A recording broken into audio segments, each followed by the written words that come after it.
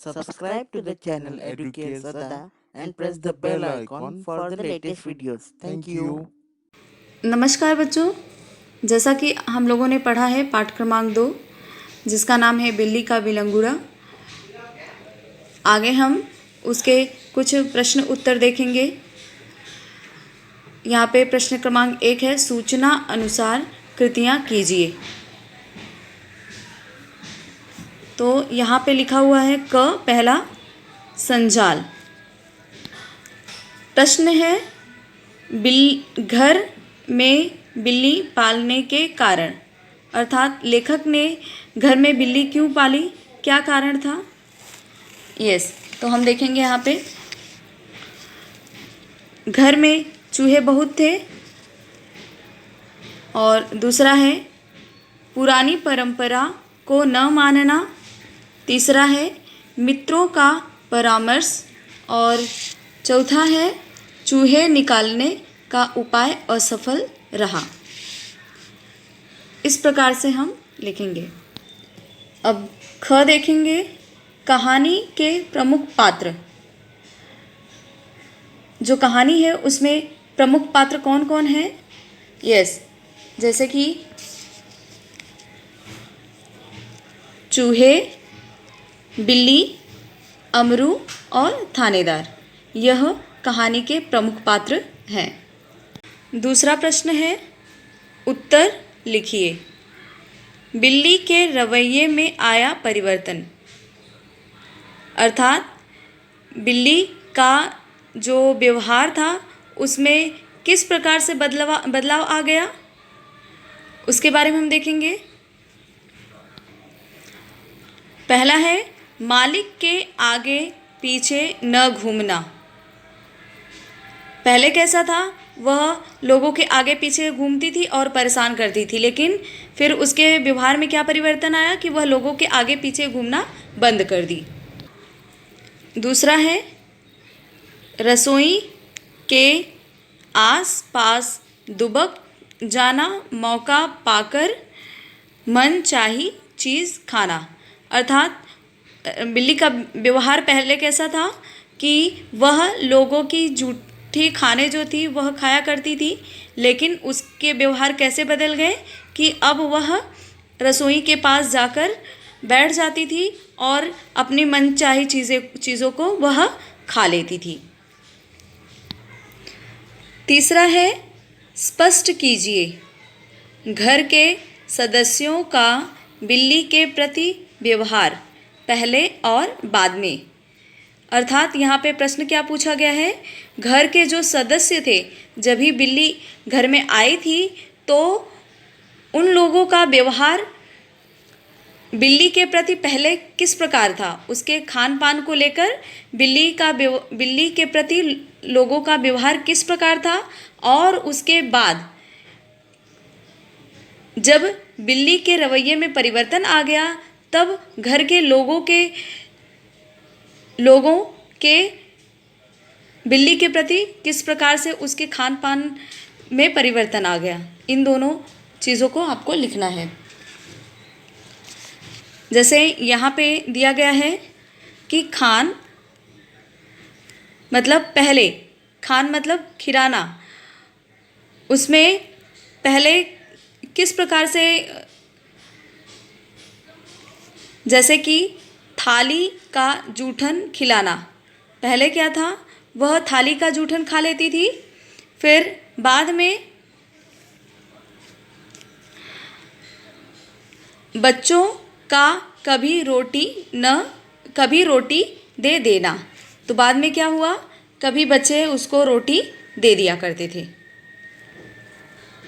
तो पहले हमने देखा खान अर्थात खाने में खिलाना, और दूसरा है पान का अर्थ है पीना या पिलाना। पहले क्या था, कभी कभी बच्चों का दूध पिला देना। किसको दूध पिला देना, बिल्ली को। लेकिन बाद में चोरी से दूध दही खाना। इस प्रकार से आपको लिखने हैं। आगे हम देखेंगे भाषा बिंदु। शब्दकोश की सहायता से रेखांकित शब्दों के विलोम खोजिए तथा उनसे नए वाक्य लिखिए। ओके, तो यहाँ पे प्रश्न क्या पूछा है कि जो वाक्य दिए गए हैं उनमें से जो अंडरलाइन किया गया है जो शब्द, वह उसका विलोम शब्द आपको ढूंढना है, लिखना है और उस विलोम शब्द से आपको एक नया वाक्य तैयार करना है। जैसे कि हम देखेंगे यहाँ पे पहला है, बिल्ली भी कम समझदार जानवर नहीं है। यह वाक्य हो गया और उसमें से अंडरलाइन किया हुआ एक शब्द है जिसका नाम है समझदार। वह शब्द है समझदार। तो समझदार का विलोम शब्द क्या आएगा? नासमझ। तो उससे वाक्य बना, कुंदन नासमझ लड़का है। दूसरा शब्द है, अमरू स्वभाव से अल्पभाषी है। अल्पभाषी का अर्थ क्या होता है? कम बोलने वाला। तो इस शब्द को अंडरलाइन किया गया है। इसका विलोम शब्द क्या बनेगा? अल्पभाषी का अतिभाषी। इससे जो वाक्य बना, सोहन अतिभाषी लड़का है। और उसके बाद है तीसरा है, पुरानी विचारधारा और परंपरा एकदम घपले में पड़ गई है।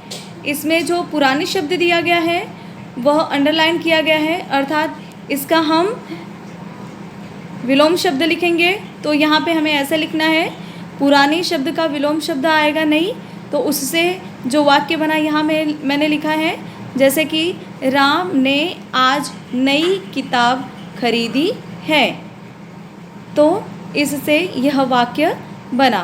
तो नई शब्द को भी हमें अंडरलाइन करना है। तो इस प्रकार से और भी जो वाक्य दिए गए हैं वह आपको उनके जो विलोम शब्द हैं उनको ढूंढना है और उनके जो विलोम शब्द के जो नए शब्द मिलेंगे उनसे आपको वाक्य बना के जिस प्रकार से मैंने लिखा था उसी प्रकार से आपको कंप्लीट करना है। यह आपका गृह कार्य है। प्रश्न है, प्राणी हमसे कहते हैं जियो और जीने दो। इस विषय पर स्वमत प्रकट कीजिए। स्वमत का अर्थ होता है अपने विचार, अपने मत को लिखना।